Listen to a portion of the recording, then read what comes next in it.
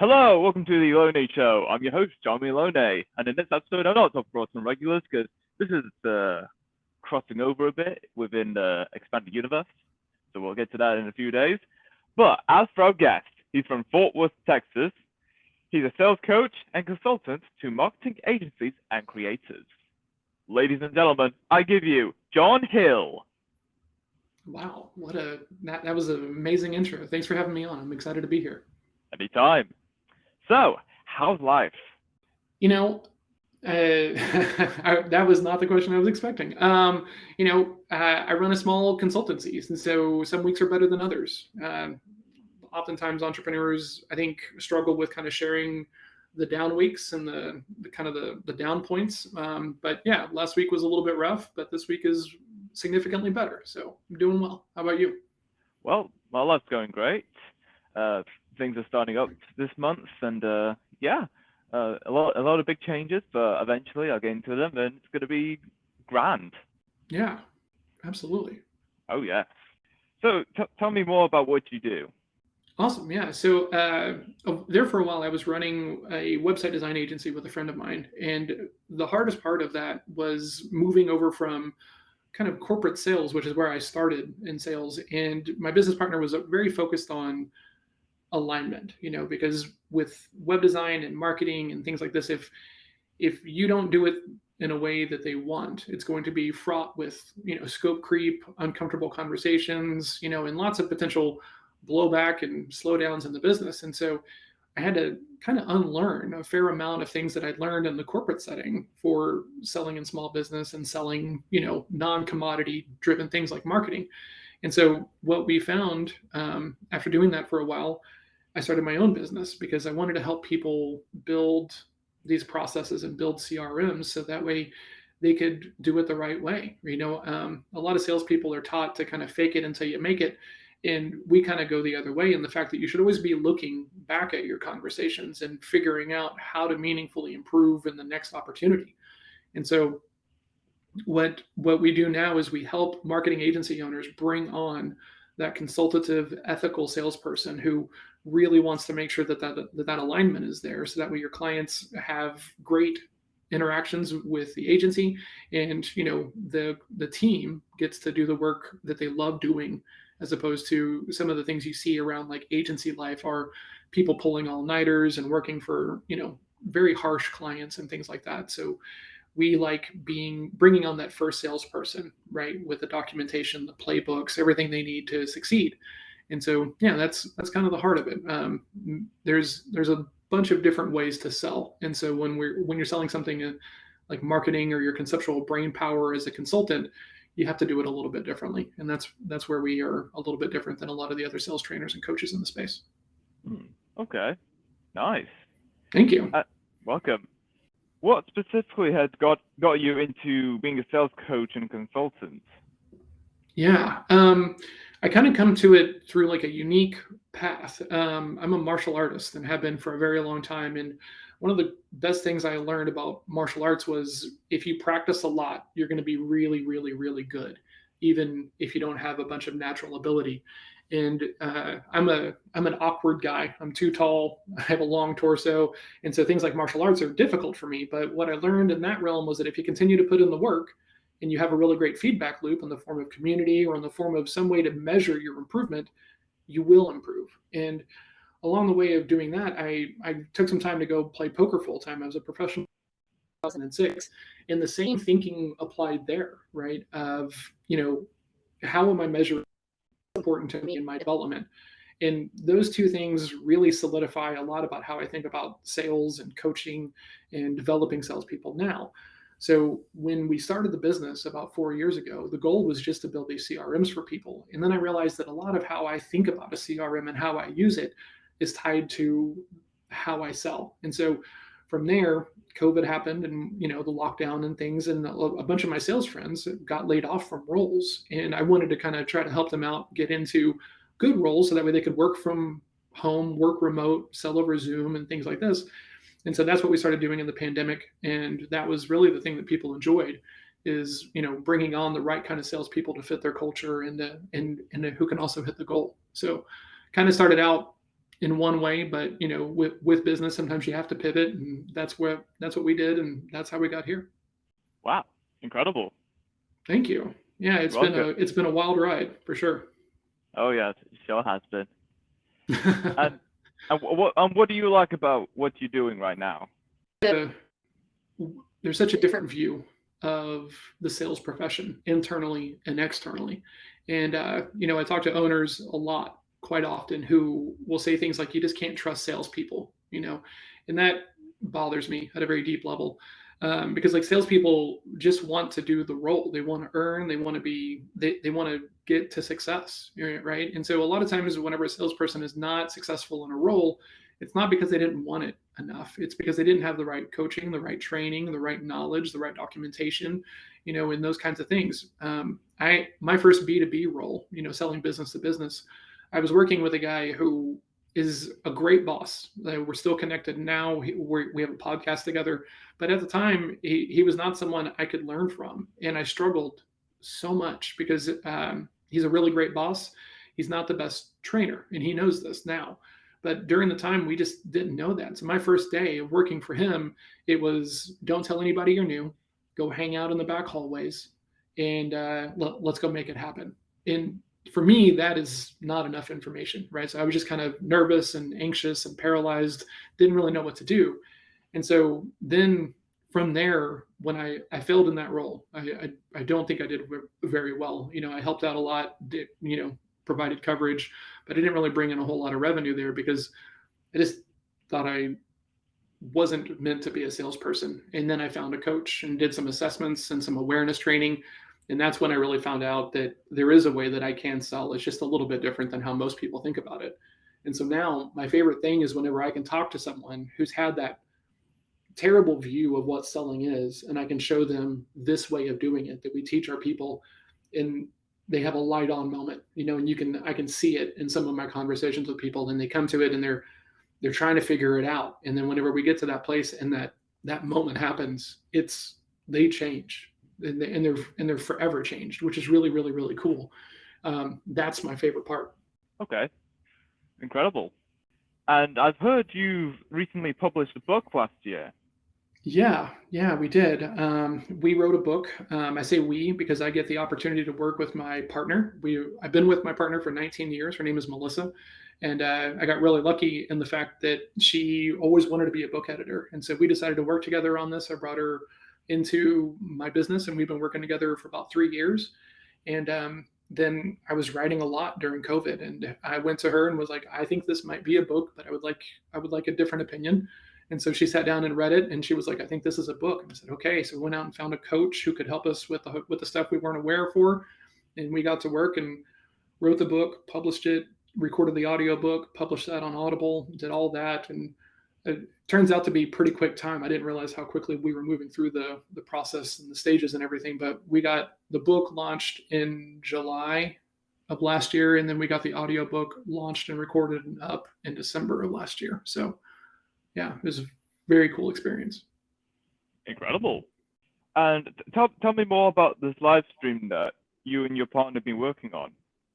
Yes. So one of the things that we started to do, me and a friend of mine, during the early stages of like COVID and the lockdown, was we were both struggling in our businesses, right? And revenue was kind of all over the place. We didn't really know like what to do, so we just decided to kind of show everybody how we were trying to figure it out. So we started to go live every morning, 7:45 a.m. for an hour. And we would just talk about what's on the calendar, what we were struggling with, what we needed to be working on versus the things that were taking up our time. In addition to that, me and my co-hosts on that show are both dads, right? So we both have families and kids, and you have to be able to balance the work drive with the family drive, as well as doing the things you need as a human for like your self-care, right? Time away, working on, gratitude and, personal development and everything else like that, because work expands to fill the time allotted. So if you're incredibly goal-driven in your work as an entrepreneur or a salesperson, and you don't have goals around your relationships or your self-care, your work is going to take over everything.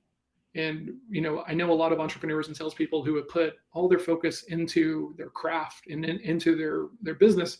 and it causes rifts in relationships, it causes rift in marriages and things like that. So we think of ourselves as being very highly driven, but also very balanced, and making sure that we're present for our families as well as our self-care. So that's what the show is about. Incredible. Thank you. It's fun. We thought we were done, so we kind of wrapped it up and said, okay, thanks so much, for this, because we did it for about 9 months, and then it became the thing that people started to like come back and ask me for. Hey, when is the morning show coming back? Well, I don't know that it is. So it was really cool to be in that place to where you put out stuff and lots of stuff fails, right, as far as content goes, or might not get a big pull. So it's cool when people start to ask you for something, and so people were asking for this, they were getting a lot of value out of it. And so me and my co-host sat down and decided, okay, do we want to come back and do more of this? Because it's what people were asking for. We agreed that it made sense, and we started it back up. It's been, let's see, I think we're about 45, actually close to 60 days into it now. Okay, incredible. Nice. Thank you. Yeah, it's fun. Yeah, it sure is. What is the best way to start the morning? Oh, that's a great question, and it's going to change a lot. I'm a big fan of routine and having a morning routine. I think some people get a little too crazy with them. Routine sets you up for success, right? So just like athletes stretch before they perform, if you're a business owner, taking 5 minutes to kind of look over your calendar for the day to make sure you're set up for success, and that you have a solid plan can be it. For some people, it's meditation and journaling and coffee and a walk or a run. But I think everybody needs one. But you really kind of have to figure out what is going to benefit you. And the other thing that I think that people don't really talk about a lot is also having a process, so that way you can transition out of work mode at the end of the day, right? Since we spend so much time talking about how to be in that right mindset, we also, in my opinion, need to have the ability to transition out of that mindset. And so having kind of a wind down routine is not something I see a whole lot of people talking about, but I think the more people need it. Yeah, absolutely. What is the most ridiculous fact you know?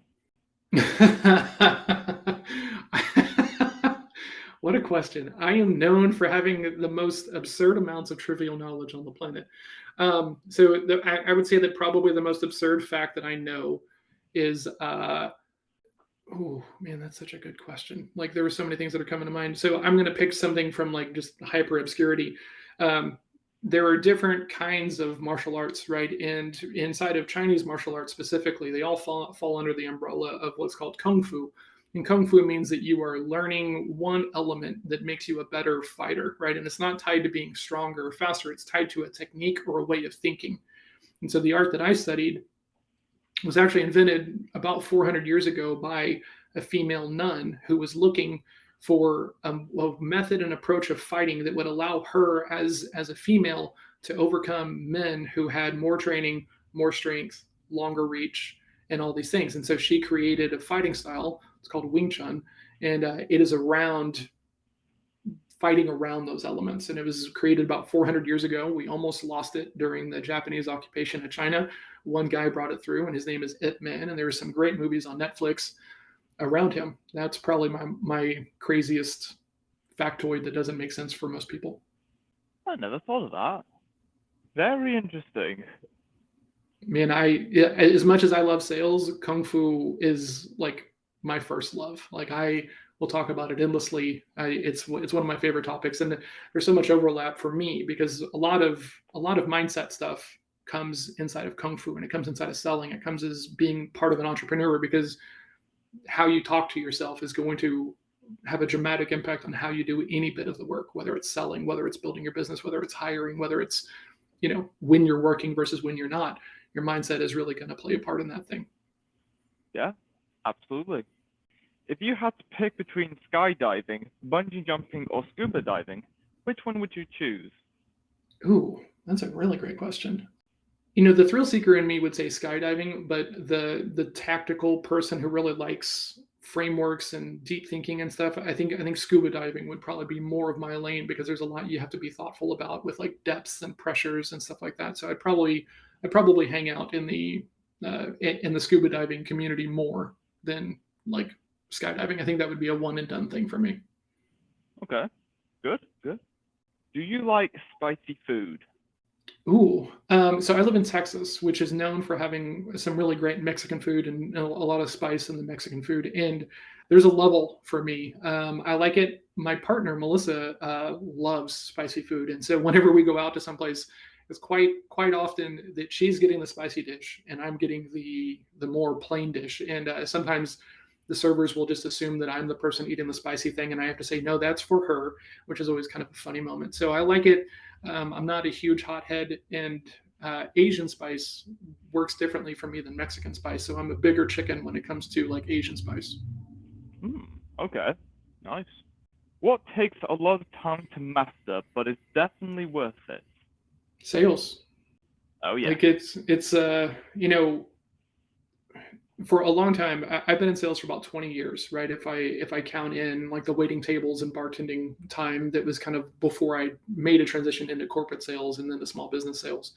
And so I think of communicating for your money is kind of what I do. And there's always opportunities to improve. I'm excited for whenever this episode comes out because I will go back and I will listen to it. It's going to make me uncomfortable, but that is how I improve. So going back and listening to this stuff, getting uncomfortable with it, there's always opportunity to improve your talking points, your questions, how you show up in the space. And so it is a very deep, long path when you treat it with the nobility that it should. But lots of people just kind of take it for granted, which is unfortunate. Yeah. What is something you have learned this week? Something I've learned this week.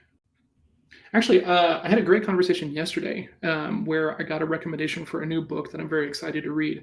I'm an introvert, which is weird to think about because I'm a salesperson and sales coach and entrepreneur. But I was talking with someone about this yesterday, and they recommended a book called Quiet by a person named Susan Cain. And it's still written up here on my whiteboard because I'm very excited to kind of go take a look at that book, because I am an introvert and my focus is helping other introverts sell, because I think everybody can sell if they have the knowledge and the motivation to do so. And so it's kind of why we're here. And the more I can learn about how introverts think and learn and, show up in the world, the better resource I can be for those people. Incredible. Thank you. Yeah, I love the learning aspect of this thing, right? That's the thing that keeps me motivated and driving forward towards the goal. Okay, cool. What's your favorite life hack? Ooh, my favorite life hack. I make the calendar the boss, right? And that is such a big thing inside of my head and inside of my family. I have an agreement with my daughter and my partner that if my daughter has a school thing, it needs to be on the calendar, because if it's not on the calendar, I probably won't be there. And that's not to be rigid about it, but it's about this idea of making the calendar the boss, right? So as an introvert, sometimes I can always find a reason that I don't want to go to a meeting or have a conversation with someone. And so I can be a little bit avoidant, right, at times. And so deciding that if it's on the calendar, I'm going to be there was a big life hack for me about kind of, I'm going to be here. This is what time it is on the calendar. I worked hard to get this appointment, show up and do your best. So making the calendar the boss and being very calendar driven was a big change. It felt very rigid at first. I didn't really want to do it, but one of the best things I've done developmentally. Incredible. Do you travel often? Not as much as I would like. Travel is a great thing, and what's really interesting to me is how many high level entrepreneurs, people who run 7 and 8 figure companies, how much travel has influenced the way that they think about their businesses.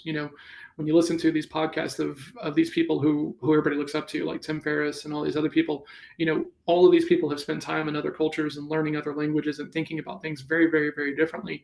And so I've never really traveled a whole lot, but when I started to really study other entrepreneurs and what set them apart of how they think and what they build, that idea of traveling and exposing yourself to different things was a very common trend in those people. So we don't travel as much as we would like. The pandemic obviously makes it very difficult to travel, or it did. And, kind of building the business back after that, we've just been really focused on that. So our next travel, which I'm very excited about, is going to be, the one that's like secured and on the books, is going to be next summer. We're going to go to France, and we get to take our daughter. And that'll be very, very cool because that's not just like a different state or, a different coast. That's an entirely different culture and continent and language and stuff. And so I think it'll be fantastic. Very excited about it. Nice. Would you rather be permanently teleported 500 years into the past or 500 years into the future? Oh, that's a great question as well. Man, people are excited whenever I ask them questions, but man, you have been smashing it on this thing. These are really great questions. You're welcome. Man, I don't I don't know, right? Because like part of me is so curious about like what's going to happen in the future that I would love to do that. And then the other part of me is like so focused on just like improvement that I would love to go back to, grandfather, and have a conversation with them. Like I see value on both sides. I think that the entrepreneur and the curiosity side of me would want to look more towards the future though. Yeah, I'd say so myself. What's your favorite ice cream topping? Ooh, favorite ice cream topping is caramel sauce. Ooh, nice. Yeah, not the chocolate sauce because you can get that anywhere. But there's a local ice cream place. It's called Melt, and it's not like a big chain or anything. And they have this caramel sauce in there that is amazing. It's like just the right amount of like salt tied to the caramel. They're very liberal with it when they're like pouring it all over the ice cream. It is. I thought I was a chocolate fan, and then I had that. That was a game changer. Oh, cool. What superpower do you wish you could have? Probably teleportation. That's the one I think about the most. Okay, cool. Yeah, nice. Being able to just kind of snap my fingers and show up anywhere would be very, very, very cool. Oh, yes. Is it better to use shampoo as soap or soap as shampoo? What a question. Oh my gosh. This makes me think of my time in the Army. And there was a guy who was complaining to one of the drill sergeants, one of the instructors, that he didn't have any shampoo. And the drill sergeant said, well, you got soap. Right. So I think the thing is soap works better as a shampoo than shampoo would probably work better as a soap. I've never tried this, but my drill sergeants were pretty formidable in my development, so I'm going to have to go that way. All right, cool. What's your favorite season? Fall. I was a band nerd in high school, right? So I played trumpet, and so there was these moments of like the time change, and the time change being like a very cool thing because that meant that your early morning practice, it was still dark outside, and you could taste the fall in the back of your throat when you're breathing, and it was just such an indicator that we're about to get into the cool part of like the school season for me, of like playing these football games, going to these competitions and stuff like that. So I love fall. I love that crispness in the air. We don't really have a great fall here where I live, which is kind of unfortunate. But I love that moving into winter, the holiday season, things like that. Mm-hmm. Yeah, absolutely. What is the one thing you can't live without? Man, that's a great question. I mean, the non-tangible answer is my family, right? Like I improve daily in my work by getting to work with my partner, and it's different working with your partner than working with any other employee, or anybody else on your team. And hiring is difficult enough. Working with your partner is even harder. And so getting to work with her, learning from my sometimes stupid mistakes of how I interact with her, how I work with her, and then also stuff with my daughter. She is coming into her own at 11, and so that makes me a better communicator, makes me a better coach. And so that helps me so huge professionally, but also like I wouldn't want to do it without that. So I would have to say my family. That's nice. Yeah. Before having a daughter, I don't think I would have ever seen myself as being a person who would say something like that to a question like that, but that is really what it is. Oh yeah. What game show would you do best on? Oh gosh. So I would say two. One of them is Jeopardy, because I tend to just hold on to details and have a lot of useless knowledge. My partner Melissa gets mad at me because she'll do these trivia quizzes for me, and she like I will know answers in categories that don't even make any sense. So it'd be either that, or it would be a thing like there was a game show on called Deal or No Deal, right? That was hosted by Howie Mandel, and essentially it's a different way of thinking about poker and gaming. And are you making correct decisions off of like data and percentages, or are you just making emotional decisions based upon how you feel? I love those kind of moments. So for the challenge, it would be Jeopardy. For the coolness of it, it would be something to where there's like a lot of math, a little bit deeper, but most people aren't thinking about it. Okay, cool. Would you rather be really hot or really cold? Oh, ooh. I would say probably really cold. I love jackets and like winter wear, which is weird because in Texas it doesn't really get that cold. But I love jackets and boots and jeans and everything. So yeah, cold weather for sure. I'd rather be cold. Nice. If you could host a talk show, who would you have on first? Oh, this is interesting because we actually have guests on the morning show sometimes. And so if everybody was going to say yes, and I could ask any one person, I think I would probably. Man, that is such a good question.